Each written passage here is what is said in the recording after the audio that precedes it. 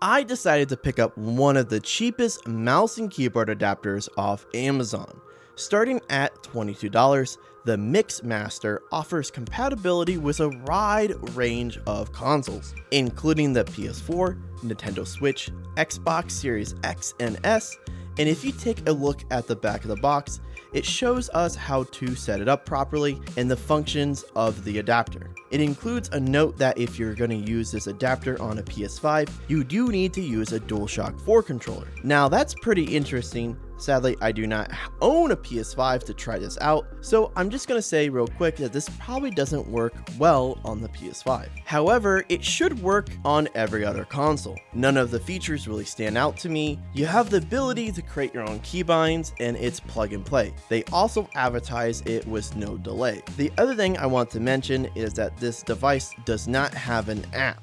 All the settings and keybinds will have to be configured for your keyboard and mouse. But that's about it, so let's get into the unpacking of this big boy. Upon opening the box, you are greeted with the adapter. There are two USB ports on the left hand side for your mouse and keyboard, and one on the right just for your controller. There is also a USB Type-C port to connect your console to the device on the back of the adapter. They also included a USB Type-C cable to USB Type-A and a user manual.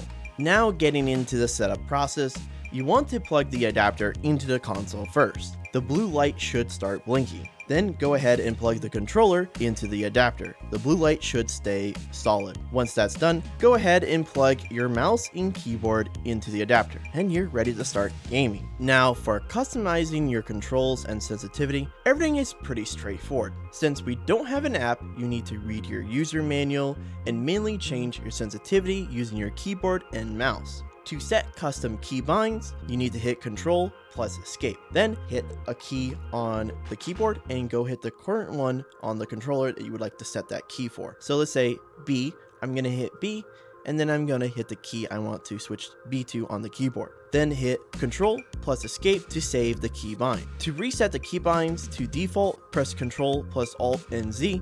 To adjust your sensitivity with your mouse, hold down the Control and scroll up and down on your mouse wheel. To adjust the sensitivity curve, hold down Shift and scroll up and down to decrease or increase your sensitivity. The turbo function or rapid fire mode is just F4. You click it to turn it on or off. You can also store 4 different configurations by hitting Control, F1, F2, or F3, and F4 to save your different configurations. Now that we have the setup process out of the way, let's get into actually gaming. Starting off with Apex Legends, I spent some time fine-tuning my sensitivity, and then I hopped into some TDM matches. I gotta say, it's definitely not the greatest mouse and keyboard adapter, but it does get the job done.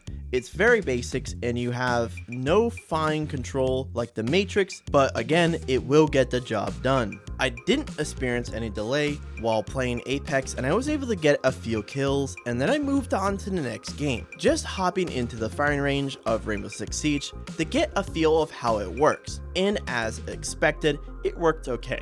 Again, I wouldn't recommend using this adapter since Rainbow Six Siege has mousetrap, and this will ban your account or penalize you. The other game I decided to hop into was the finals. I messed around in the firing range for a bit to get my sensitivity down, and I can say it feels pretty good in the finals. No delay, and the controls are very smooth, and it played just fine. Out of all these games I tried, I definitely say Apex felt the best, Rainbow Six Siege felt good, but again, you will get mouse trapped, and the finals also felt very good. So I think this mouse and keyboard adapter works quite well. It's a very simple mouse and keyboard adapter, and if you're looking for something specific to use on an older console like an Xbox 360 or even a Switch, I would highly recommend picking up this one. They are pretty cheap and reliable. One of the other things I want to mention, or I forgot to mention, is that this device does work with wireless keyboards and mice. In the video, you can see me using my wireless keyboard while using this adapter. But I do want to mention one of the only downsides of this mouse and keyboard adapter